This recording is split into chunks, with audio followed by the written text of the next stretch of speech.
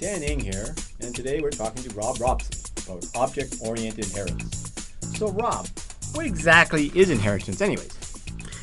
Inheritance is a way of organizing classes into parent-child relationships. And this is just like a family. The parents have certain attributes, and the children inherit all the attributes of their parents. But they add some unique attributes that make them different from their parents. So how does this relate to programming? We often have classes which share a lot in common. The common material can be factored out and moved to a common superclass from which each of the original classes can inherit the common attributes.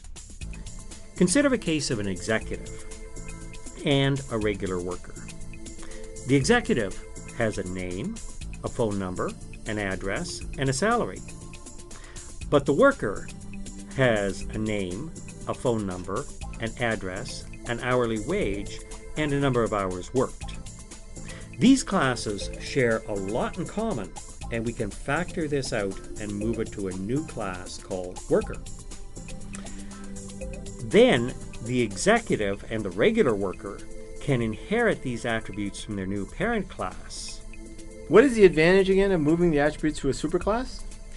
Well, one of the obvious advantages is that you only have to type the attributes once. But the other advantage is that because a class contains not just attributes, but also methods to operate on those attributes, you only have to write those methods once in the superclass.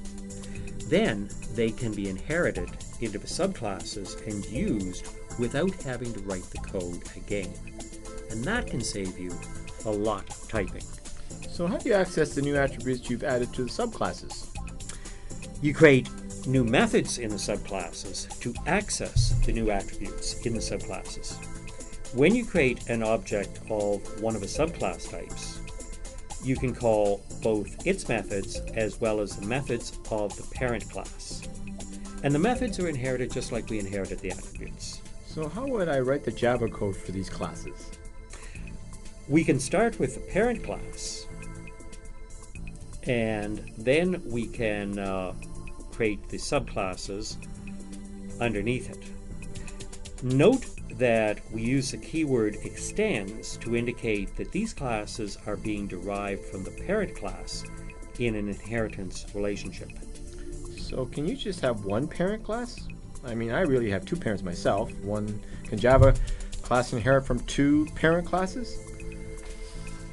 No, Dan. Java only allows a class to have one parent class. There's no limit on the number of subclasses a class can have, but a class can only have one parent class. Can a subclass have subclasses of its own? Yes, it can. Any subclass can have subclasses, and they can have subclasses in turn. In practice, this rarely exceeds a parent and two levels of subclasses. I've heard there's an ultimate superclass in Java. What is it and how does it work? You're right, Dan. All classes that are not subclasses of any other class are automatically subclasses of a class called object.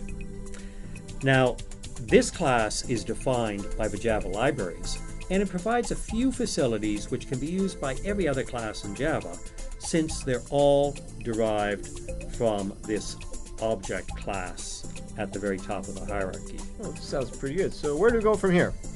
Well, next we want to look at how we can specialize methods for subclasses and how we can initialize objects that we build from the classes.